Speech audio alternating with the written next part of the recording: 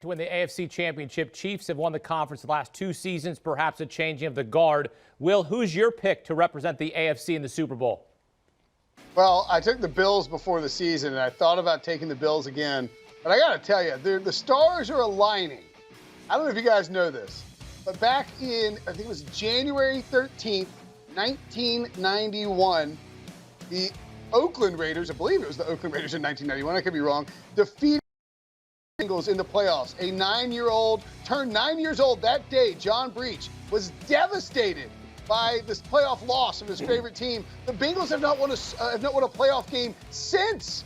We're talking 30-plus years of torment. Tomorrow is John Breach's 40th birthday, and he's preparing for the Raiders to come back to Cincinnati and to play the Bengals. There's no Andy Dalton. It's just Joe Burrow, who had 950 passing yards, 12 touchdowns, and 0 interceptions in his 2 college football playoff games. This guy just wins in big moments. He lives for these big games, and I'm apparently have been kidnapped by the Breach family, and I'm picking the Bengals to win the AFC. That's right, 49ers Bengals. I sense it's a lot of redemption for long cursed teams. We saw Georgia win the championship in college football. It's been happening for the last few years.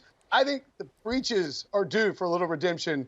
Cincinnati 49ers Super Bowl. Is this a tell me something's wrong without telling me something's wrong? Yes. I'm being held hostage right now.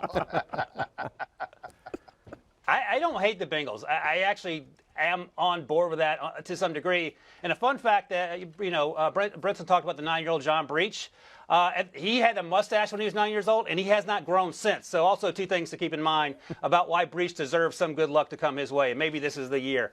That said, I'm going with the Buffalo Bills. The other team I picked to go to the Super Bowl back in August, I love what Josh Allen has been able to do. He is very much in the MVP conversation. He had a slow patch there in the middle of the season. He has certainly rebounded, and now that the team understands that he can do everything while also leaning on the running game, it's much to his benefit, and we've seen glimpses of that in recent weeks. I think he's going to take things over. We were concerned last year during the regular season, at what point does Josh Allen revert back to the 2019 Josh Allen who makes a boneheaded play or two and costs him a football game?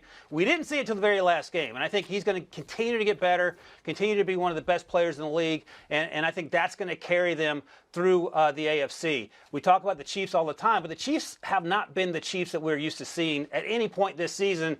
Of course, unless they're playing the Steelers, and maybe that'll change our opinions next weekend.